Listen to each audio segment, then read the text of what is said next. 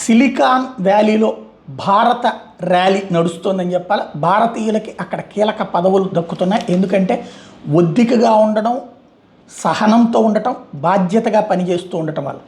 తాజాగా చూస్తే మైక్రోసాఫ్ట్లో మరో తెలుగు తేజానికి కీలక పదవి లభించింది. మైక్రోసాఫ్ట్ విండోస్ అండ్ సర్ఫేస్ విభాగం బాస్గా పవన్ దావులూరి నియమితులయ్యారు. ఇంతవరకు ఆ పదవి నిర్వహించినటువంటి పనోస్ పనాయ్ గత ఏడాది రాజీనామా చేసి అమెజాన్లో చేరడంతో ఆయన స్థానంలో పవన్ని నియమించారు. గతంలో విండోస్ సర్ఫేస్ అంశాలకు 2 విభాగాలుగా ఉండే సర్ఫేస్ సిలికాన్ వర్క్ విభాగాన్ని పవన్ దావులూరు చూసేవారు. ప్రస్తుతం 2 విభాగాలను ఏకం చేసి ఆయన అధిపతిగా నియమించారు. ఐఐటి మద్రాసులో విద్యాభ్యాసం చేసిన ఆయన 1999లో మేరీల్యాండ్ విశ్వవిద్యాలయం నుంచి ఎంఎస్ పట్టా పొందారు. ఆ తర్వాత మైక్రోసాఫ్ట్లో చేరి గత 23 ఏళ్లుగా వివిధ హోదాల్లో సేవలు అందిస్తున్నారు. 2001లో రిలయబిలిటీ కాంపోనెంట్లో మేనేజర్గా ఉద్యోగంలో చేరారు.